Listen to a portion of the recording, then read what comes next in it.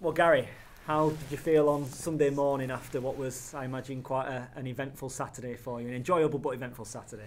Oh, Sunday mornings it's always good when you wake up and you've performed the way that the lads did, and obviously getting the 3 points.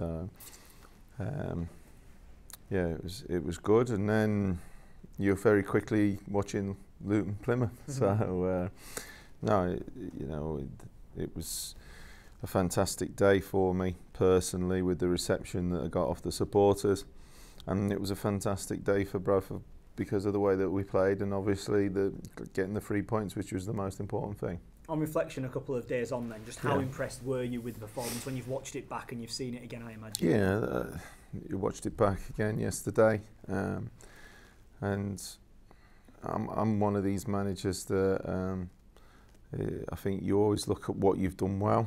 There were lots of things in the game that we did, but I always want more and I always demand more, and that's what we've done this morning with them.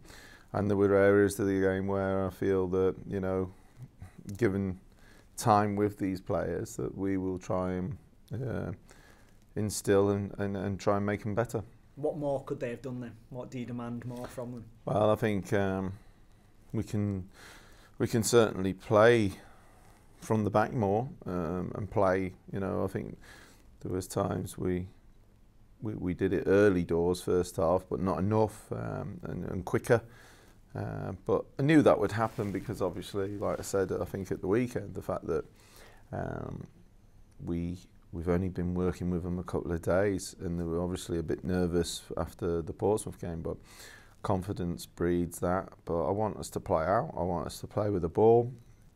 Not stupid, not risk-taking beyond belief, but I want us to pass the ball, and like I've said, I'm going to be stood in that technical area, and I want to be watching them passing the ball and playing proper football. And then I think there was other elements of the game. Without the ball, we were good at times and pressed well. We can certainly be better in those areas again. So I'm excited because, like I say, there's more to come from them, and that's the message that they've had this morning. There's more to come from us, and demand a better performance again on Tuesday night if we can. Confidence is something that takes time to build, though, isn't it? Hope Akpan's been saying that you were showing him little clips of goals they might have scored in the past, or things that you've seen of them in the past. So it's something that you can only build over time, I guess. Yeah, definitely. We had a good meeting this morning with them, showing them the positives from the game, and things that we did well, and things that we expect them to continue to do. And the more time obviously you can spend on the training ground with them, then it gets that message across. However, we're a quick turnaround for tomorrow's game, so it's been a video session and a little bit on the grass. Jacob Butterfield, how pleased were you for him and with him at the weekend? Magnificent performance, wasn't it, from him? He's a championship player with the ball. He's got the talent, and it was important that we kept giving it him on Saturday, especially the second half when he was, on top of the game like he was. Does being a Bradford lad help him as well, do you think, that affiliation with the club? Listen, like I said to you before, I've had private individual conversations with him, but one of the things that he spoke about was the fact that it was his hometown club, and how proud he was to be playing for Bradford City. And you saw that, and you saw how determined he is to hopefully try and get us out of the position that we find ourselves in. I wanted to ask you a bit about Hope Akpan as well, and getting the armband. Talk us through why you decided it was right that he was the one to wear it.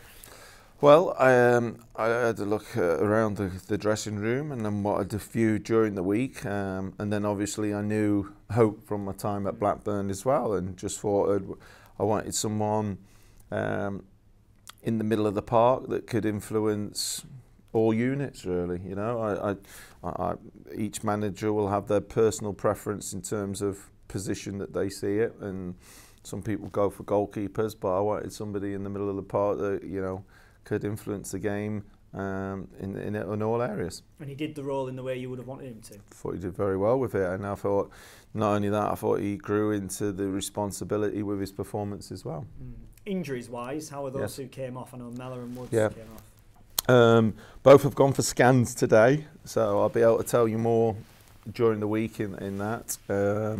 Calvin is probably the one that is the biggest concern rather than Callum at this stage. Right, okay. That's infuriating, isn't it, I suppose? Yes. The fact that you've come into a side, you want to get a settled team out there, and then instantly in the first game, 2 injuries. Yeah, definitely. Like I said at my press conference on Tuesday, it's not the biggest of squads with numbers-wise. I think we've only trained today with 21 outfield players, and that includes Sean Scannell, who's making good progress, but for the length of time that he's been out, we can't be rushing him back and put him at risk. So, you know, to have those two go on and come off as early as the first half it was a big blow to us. But I have to say the lads that went on were terrific, and it didn't disrupt us, you know, in that sense. Any of those three got any chance of being involved then tomorrow? Which three? In terms of Mellor, Woods and Scannell? No. No, okay. What about Luton themselves then as the next test for you? It was a difficult one at the weekend, even more so, isn't it now?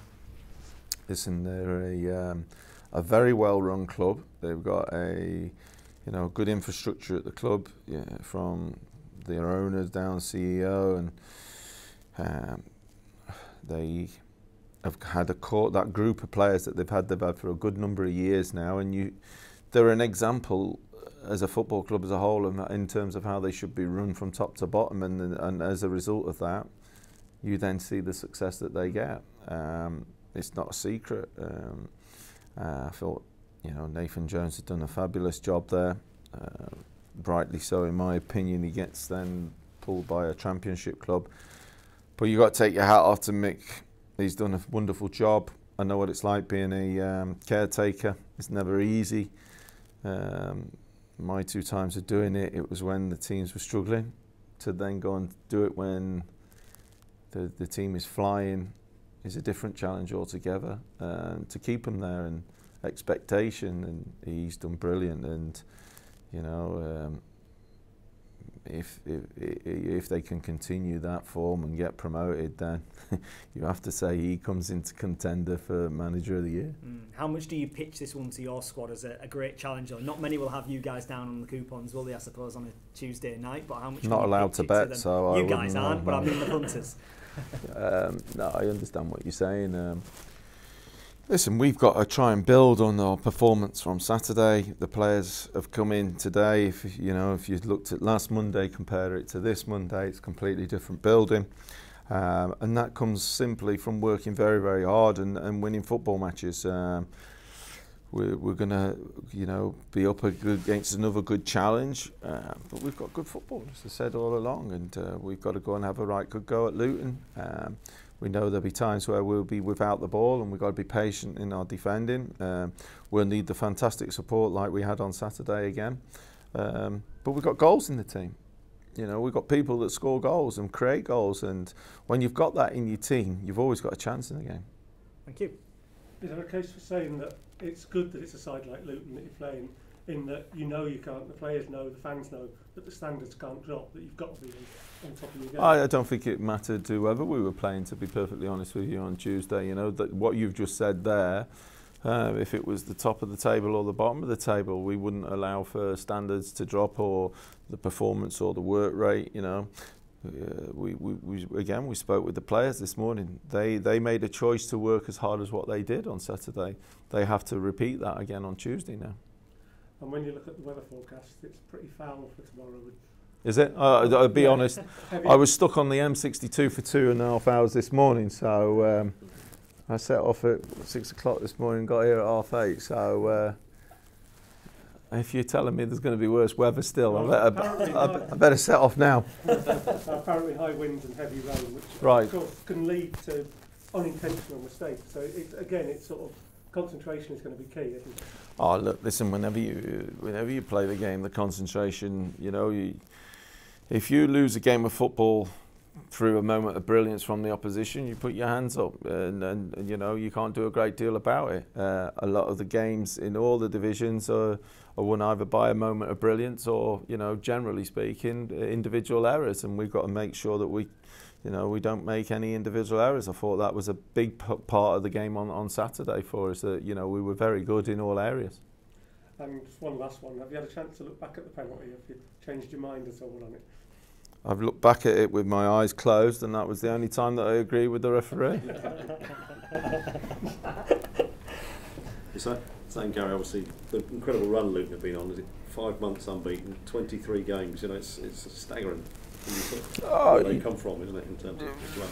Well, yeah, I understand what you're saying, but like I said, it comes from, you know, the forward-thinking club that they are, and the planning that has gone into it. It's not just actually that on the pitch. I think, am I right in saying they've got permission for a new ground?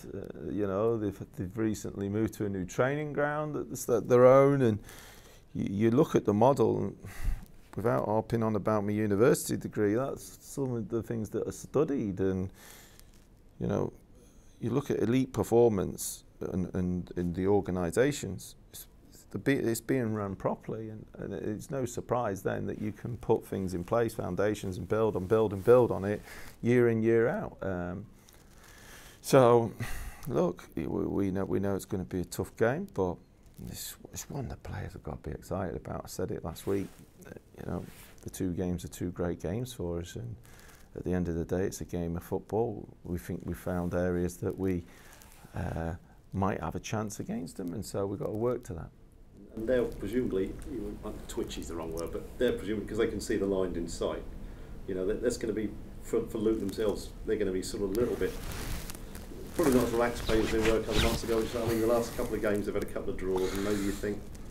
I get where you're coming from. I think the fact that they've been together for so long, the majority of the group, and they've been through what they went through, getting promoted out of League Two, they'll have their experience on that.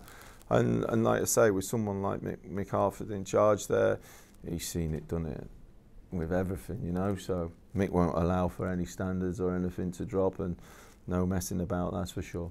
And for your own players, as you say, it's a great incentive, the extra incentive. Can you be the team that topple them at the end of this run, isn't it? I mean, it just adds a little bit more to it. Well, it's the next game for us, and the most important thing is that we go about it in the way that we did on Saturday. You know, they're the demands that have been placed on them today, and we've got to try and build on that. You know, you saw the impact that the supporters had, and we'll need them again tomorrow night.